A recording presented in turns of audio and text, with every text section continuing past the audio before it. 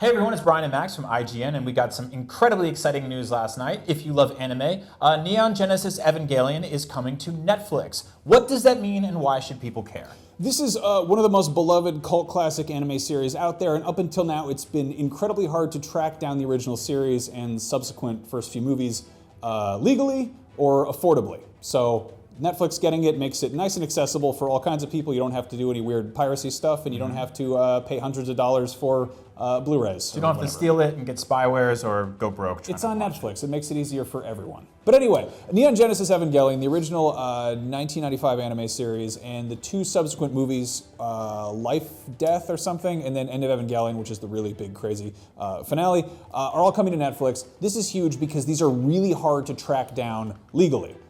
If you get the Blu-rays, they're really pricey. DVDs are incredibly hard to track down, and even those aren't in like the best quality. Right. So these are presumably going to be in beautiful, gorgeous HD, and we don't know yet if they're going to be dubbed or not. But basically, this means that a whole lot of people who haven't seen this series, because it's a pain in the ass to acquire, can finally do so. So now there's legal means to get something that has had a Yeah. huge, massive cult following, but people have only really been able to acquire. Yeah. By acquiring. Yeah, strange spyware websites or, bootleg stuff off of eBay. Days full of pirates. Yeah. Now, the reason this is such a big deal, I think at a glance people look at this and they're like, it's anime with robots. What's the story here? So what starts off as like a pretty straightforward kids and robots fighting monsters storyline gradually devolves into this like incredibly dark and introspective sort of apocalyptic tale informed by like Judeo-Christian mythology. Wow. So it's a little bit like, the best way I can describe it is sort of Pacific Rim if it was directed by Darren Aronofsky.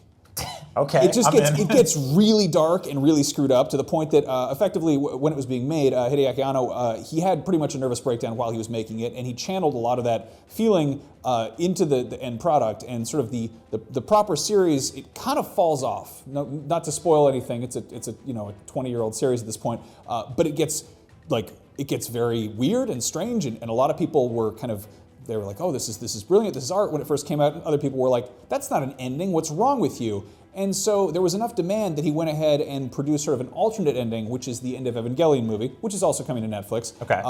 Which is like a more sort of big budget finale, which still left people divided because it's, I don't think we can say this word on IGN, but it's quite a mind.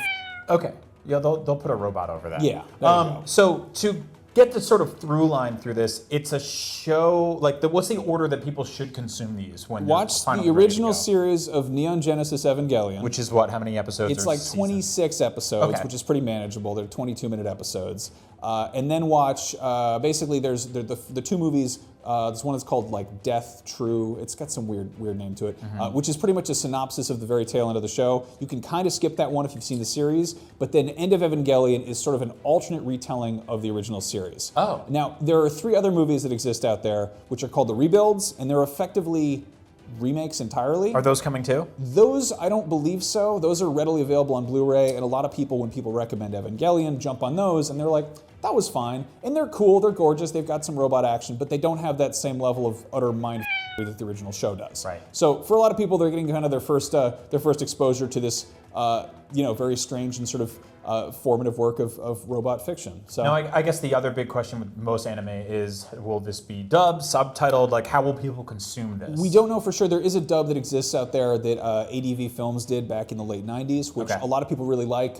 It does the series justice, and I think they've gone back and they've tweaked some lines. Netflix has a track record of doing a pretty good job of giving anime different language options, so hopefully that's the case here. But we don't know for certain yet. But this is slated for spring 2019. Good. And it's exciting. So if generally speaking, there are 2 kinds of people. There are people who have seen Evangelion and they won't shut up about it, like me, and people who haven't seen Evangelion, like you. So. And to close this off, I want to make a promise to you, which I tweeted yesterday, but I'm going to watch this now, that it will be readily available, and because I've always heard you talk about it, and then we'll be closer friends. It'll be really I'm so excited. It'll be great. You better not be Evangelion. I will not be Evangelying about watching the series, and you shouldn't either when you check it out this spring on Netflix. And for all things Neon Genesis Evangelion, or Evangelion, you're already in the right place, IGN. Thanks, Max. Congratulations. Love these little robots. They're called Avas. You know it.